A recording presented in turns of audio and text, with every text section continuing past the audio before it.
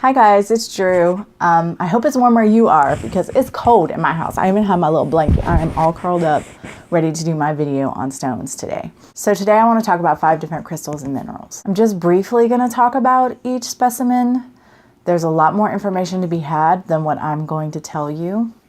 I'm just trying to whet your palate and get you interested. I am a crystal fanatic, so there will be other videos in the future about specific crystals and minerals. I chose the stones I did today because they may be a little less on the common side. They may be stones that you've never heard of, or even if you've heard of, have not had a lot of experience with. I'm sure I'll talk about amethyst, rose quartz, things like that in the future as well, because I love all stones, but I wanted to start off with things that were a little more exotic, maybe. I won't be holding up any specimens in this video. While I own all the crystals I'm going to be talking about and have worked with them, some of these specimens that I own are very small and it would just be difficult for you to make out. I also didn't use all of them in the pictures I'll show for that reason. I got better results by using pictures off the internet for some of the specimens that I'll be talking about. But as I said, I do own each of them and have worked with them before. I want to start with Amegreen. Amegreen is purple amethyst mixed with praseolite, which is green amethyst, and they grow together with white quartz. And they're usually, from what I've seen, very distinct separations between these 3 minerals in the one stone. It's not like Amegreen where it's kind of a mix where they wash into each other.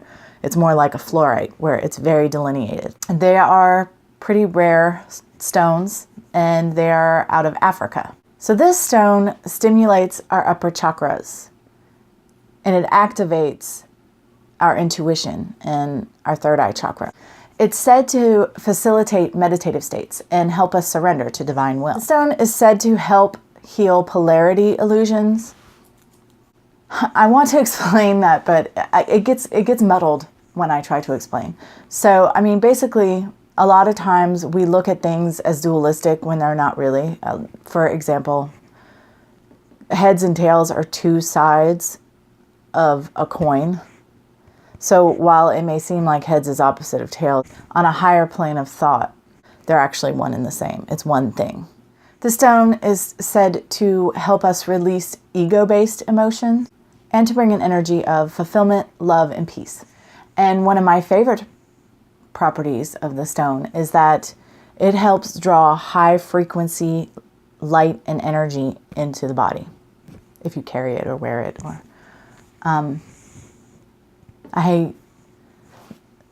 how I acquired my Amegreen is the most interesting story probably I have of a stone coming into my possession. I was working at that little metaphysical shop, and of course while I'm working, especially when there's no customers, all I'm doing is learning the entire time I'm in there. I'm studying crystals, I'm studying different spiritual paths, you know, druid, Wicca, shaman, of course, alchemy, learning about herbs and different forms of divination. Anything I can learn, I'm learning. But I learned a lot about crystals. And so I was flipping through a crystal book, and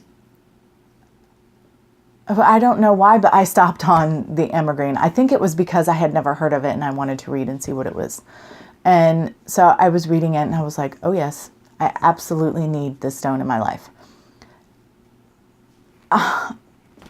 It says right there in the description that it's rare, and I've never heard of it. I've never seen it. Never heard anybody talk about it. So where am I going to get this stone? So I just decided to sit back and say, all right, Spirit, I feel like I need to be working with this stone. If you agree, bring this stone into my life. And then I just kind of let it go and forgot about it, really. The way the owner of the shop did things was when she would order tumble stones, because they came by the pound or whatever, we would count them out to see exactly how much each stone cost her to decide how much to charge for the stones. So we got tumbles in and I'm counting them, and I get to the bag of amethyst and I'm counting out the stones, and lo and behold, right before my eyes is my Amegreen. Ask and ye shall receive, as they say. So that's probably the coolest story I have about acquiring a stone. Next, I want to talk about cacoxenite. The characteristic that defines cacoxenite are these yellowy brown inclusions that form.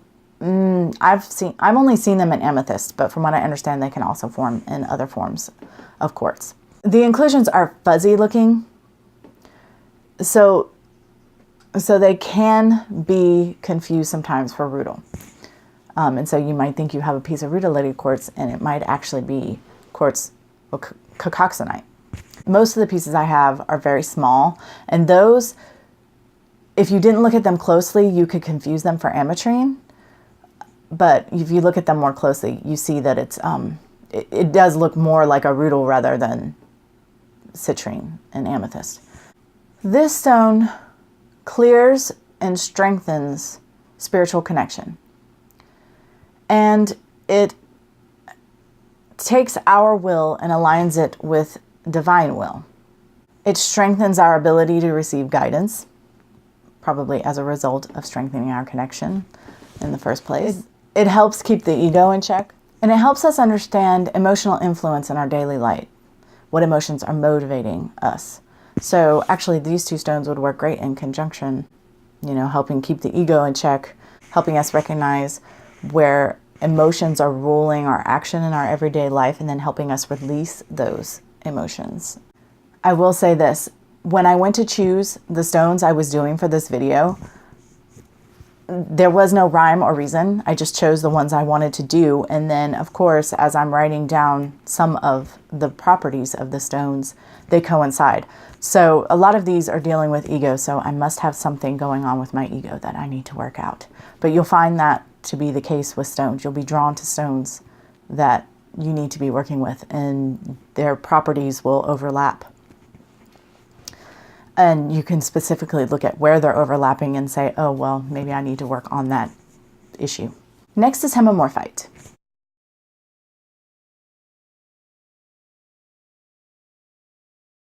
These crystals form in fan-like shapes or in bitroidal, I hope I'm saying that right, formations, which the bitroidal ones, they look like it's all bubbly and it looks like there's a weird coating on the stone. This stone opens and clears the upper chakras. It stimulates the pineal gland and energizes the third eye.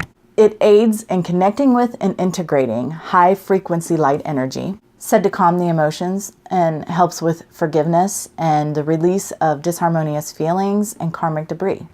I had an interesting reaction to my hemimorphite. We had gone to a gem and mineral show again for work, and it's the only stone, I bought many stones that day, but it's the only stone that yelled out to me, hey, you need me, take me home. And I had never seen it, didn't know what it was. I was just like, ooh, what's that? And grabbed it up. We got back to the hotel that night, and I put it on the end table beside the bed, and I went to sleep. And all night I dreamt that there was a big fat rock sitting on my head, and I was exhausted when I got up the next day.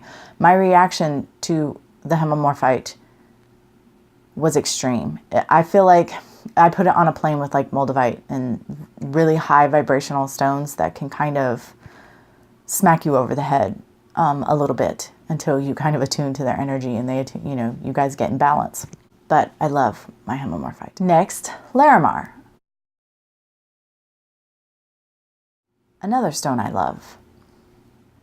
Larimar forms within cavities inside of lava. Occasionally specimens will have reddish brown inclusions of hematite, and this stone comes exclusively from an island in the Caribbean, however you say that word. This stone teaches self-respect and self-nurturing, taking care of ourselves, and it also brings a balance between give and take.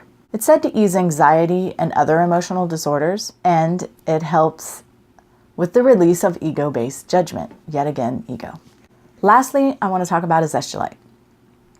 I'm going to talk about two different forms of azeztulite, although there are, I don't even know, 20 or better. There are so many types of azeztulite. Azeztulite is a form of quartz that can only really be distinguished by its chemical makeup. First is white azeztulite. White azeztulite brings a flood of white light into the consciousness. It facilitates light body activation, which is something I'll talk about in a future video, and vibrational ascension. It clears the emotional body and fills it with love, compassion, and joy. It does many other things. Next, golden azeztulite. Golden azeztulite opens the heart, third eye, and crown chakras, stimulating them to a much higher vibration. It encourages visions, interdimensional communication, and also light body activation. Golden azeztulite can heal limiting emotional wounds, and it's said to create states of inner bliss and ecstatic rapture. And I have a story for that. I fell in love with white azeztulite instantly the first time I came into contact with it and began working with it. And my husband decided to take a step further and to get other forms of azeztulite. And he played a little game with me one night. He had me hold out my hand, didn't tell me what he was putting in my hand, and put different stones in my hand and asked me what I got from the stone. And so, you know, we did this a couple times, and then he put a stone in my hand, and it was golden azeztulite, obviously. I did not know that at the time, though. He put a stone in my hand, and I closed my hand around it and closed my eyes, took a deep breath, and burst into tears. And I've never had that reaction ever with any stone.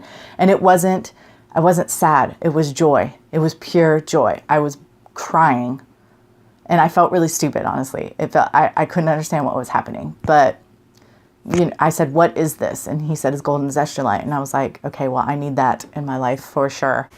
And actually, golden azeztulite and moldavite, it's hard to see, but they're the stones in my wedding band, because we had temporary placeholders. We knew that one day we would get something we really loved. And after that incident with the golden azeztulite, I just knew I wanted golden azeztulite in my wedding band.